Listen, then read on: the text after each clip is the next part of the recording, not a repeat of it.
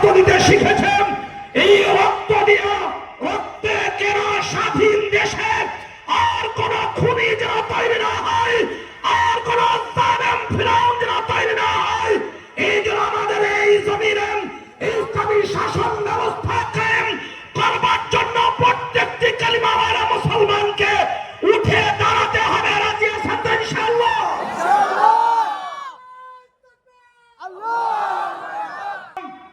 আমরা পিছনে ফিরতে চাইলাম। আমরা 54 বছর ধরে সুদের বিরুদ্ধে বয়ান করেছি, আপনারা শুনেছেন।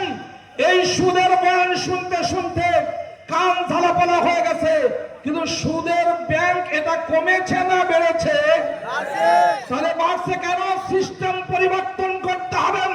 রাষ্ট্রীয় ওই জ্বালানি নির্ধারণ, ওখানে যদি পরিবর্তন না আসে সুদের খাতেমা কখনো হবে না। এই সুদী নিজাম আমাদের গজবের দরজা খুলে দিয়েছেন। অতএব সব ধরনের করাপশন, সব সুদ, সব জুলুম, সব হারাম এটা দূর করবার জন্য আল্লাহর জমিনে আল্লাহর দ্বীন কায়েম করতে হবে। আমরা আর পিছনে যেতে চাই না, আমরা সামনে যেতে চাই। আমরা দেখেছি বহু সরকার, এবার দেখতে চাই আমরা ইসলামী সরকার। কি বলেন ঠিক না ভাইরা? ইসলামের জন্য যারা এই দাওয়াত দেবে, যারা আমাদের কাছে হয়তো 1 বছরে হবে না, 20 বছর লাগতে পারে, তবুও মানব রচিত আইন আমরা এই বাংলাদেশে দেখতে চাই না।